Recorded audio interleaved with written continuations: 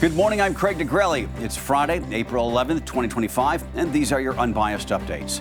The U.S. Supreme Court says the Trump administration must facilitate the return of the Maryland man mistakenly deported to El Salvador. This morning, we delve into the big legal questions about if or when that will actually happen. And China is once again matching the U.S. tit for tat in the tariff war. It accuses the Trump administration of turning itself into a joke. We have the new levies and what might happen next. From the Straight Arrow News Studio, bringing the stories that matter to you from across the United States and around the world, these are today's Unbiased Updates. The U.S. Supreme Court says the federal government must facilitate the return of a Maryland man who was mistakenly deported to El Salvador. The justices upheld a lower court's ruling ordering the Trump administration to bring Kilmar Abrego Garcia back to the United States. Right now, he's being held in a notorious El Salvador prison after the government admitted it made an administrative error in deporting him. However, the administration has repeatedly claimed Abrego Garcia is a member of the MS-13 gang, though he has never been charged with or convicted of a crime. His lawyers and family insist there is no evidence he was an MS-13. The Supreme Court also told a Maryland federal district court judge to clarify the order she issued in the case, directing the Trump administration to facilitate and effectuate the return of Abrego Garcia. The justices want the lower court to clarify the term effectuate because the court may have exceeded its authority. The Supreme Court says the lower court does not have the authority to direct the executive branch in the conduct of foreign affairs. As of now, it's not clear if or when Abrego Garcia will return to the United States. We have an in-depth look at the Supreme Court's ruling and the Trump administration's argument for not returning Abrego Garcia to the United States right now on our website, san.com. A federal judge in Louisiana is set to rule today on whether the Trump administration has a case against Columbia University pro-Palestine demonstrator Mahmoud Khalil. Khalil has been held in federal custody for his role in campus protests since last month, but has not been charged with a crime. The Trump administration wants to deport Khalil for his lead role in the Columbia protests, but the judge said it has to prove there's a good reason first. Straight Arrow News reporter Lauren Keenan shows us the evidence presented by the Trump administration.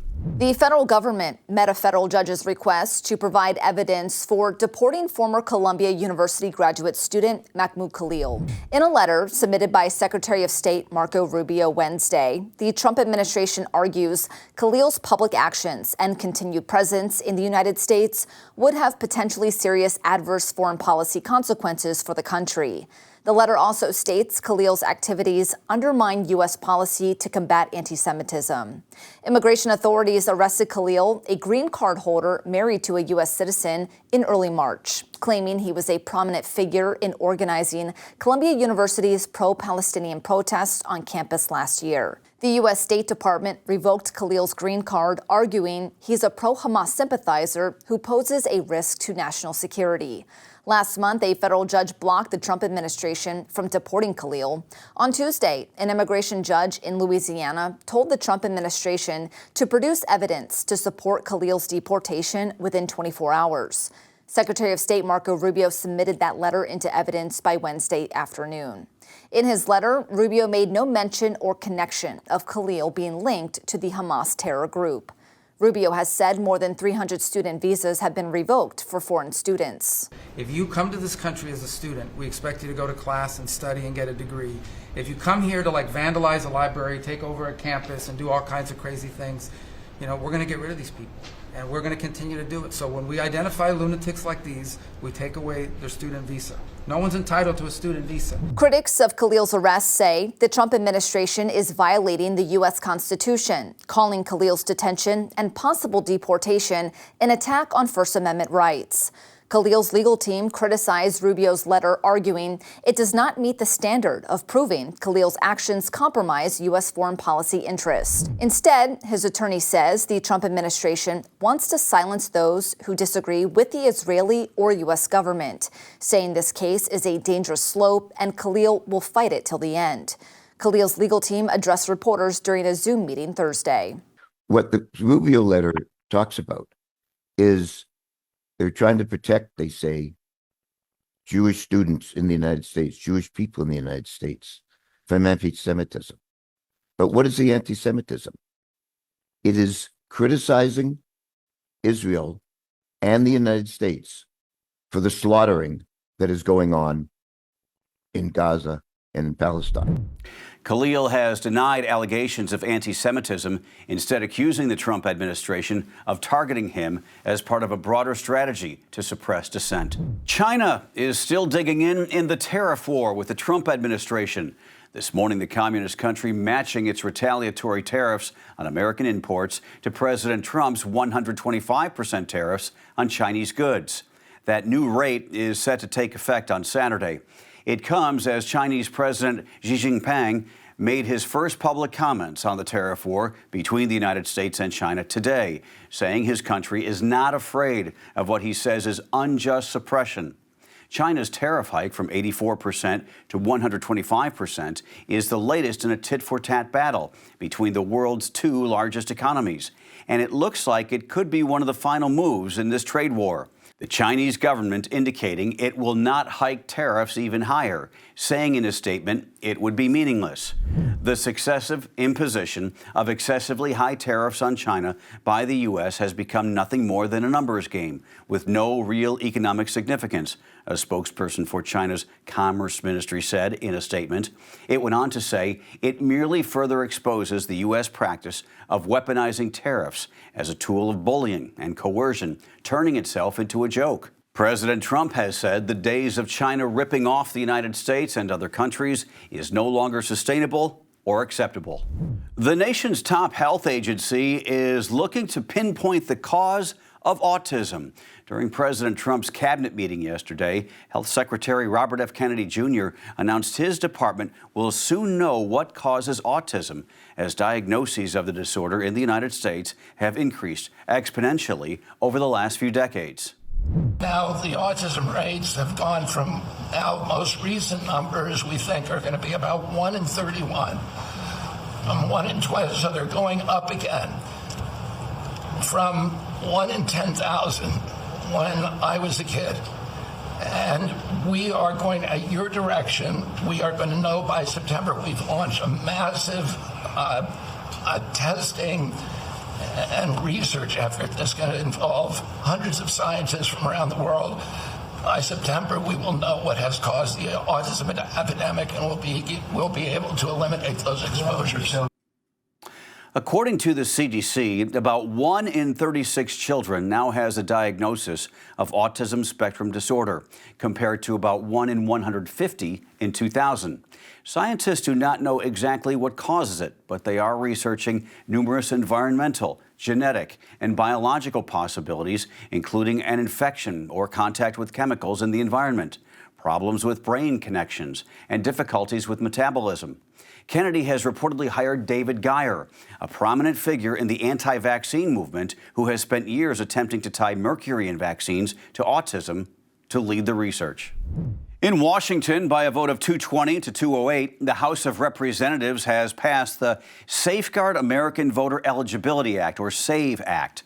The bill requires anybody registering to vote in a federal election to present documents proving they are an American citizen. Supporters of the bill say requiring voters to show citizenship documents is necessary to protect election integrity. The current federal voter registration form requires voters to swear they are U.S. citizens. Non-citizens who lie can be punished under perjury laws. Bill sponsor Congressman Chip Roy of Texas said, quote, "American elections belong to American citizens, and the public's confidence in those elections is the cornerstone of our republic." Democrats argued the bill will just make it tougher for Americans to vote, including millions of people who do not readily have proof of citizenship.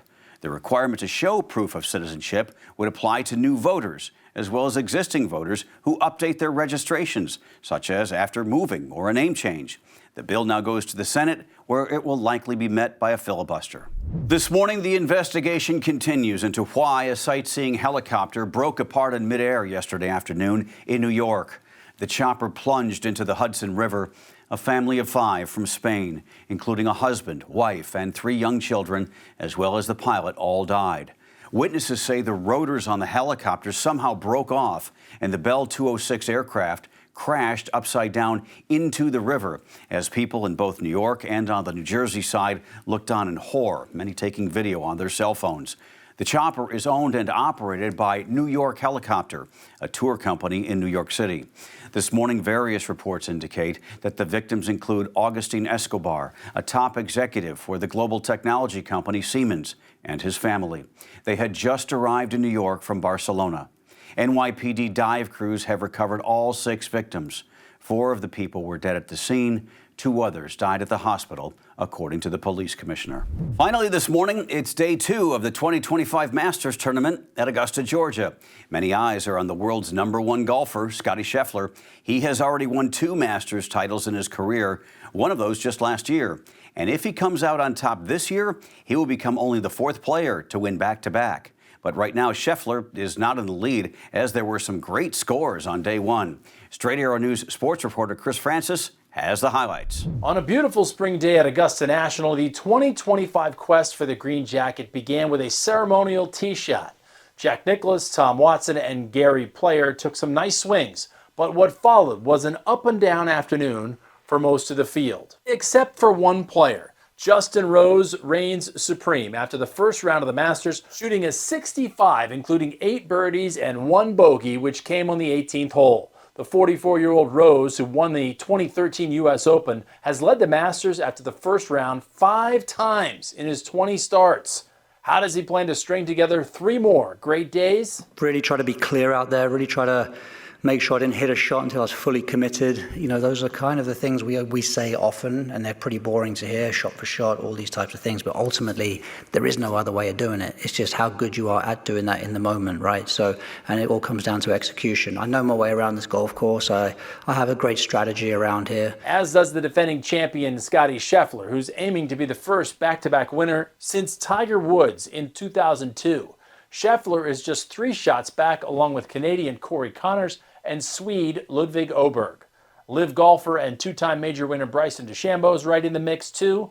And experience counts, says Åberg, who's just in his 2nd Masters tournament. I felt like we played a very disciplined round of golf today.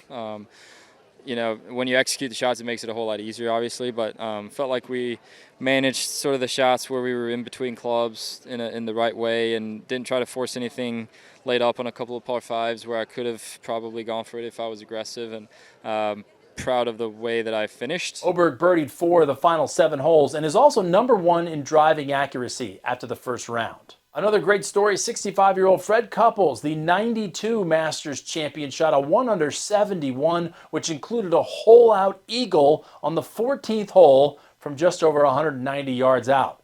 Couples is the 2nd oldest player to break par at the Masters, only a couple months younger than Tom Watson, who did it in 2015. But it wasn't all roses and azaleas Thursday. One of the biggest favorites on the board, Rory McIlroy, was cruising through the first 4 rounds at 4 under when he chipped over the green on 15th. It went in the water and he made double bogey.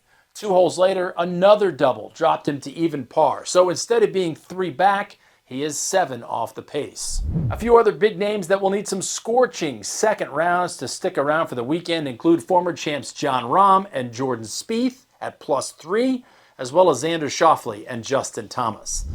Just absolutely love the Masters and all the tradition. I'll be riveted to the set on Sunday watching the final round. Those are your Unbiased Updates for this Friday. We'll see you back here on Monday. For all of us here at Straight Arrow News, I'm Craig DeGrelli. Have a great day.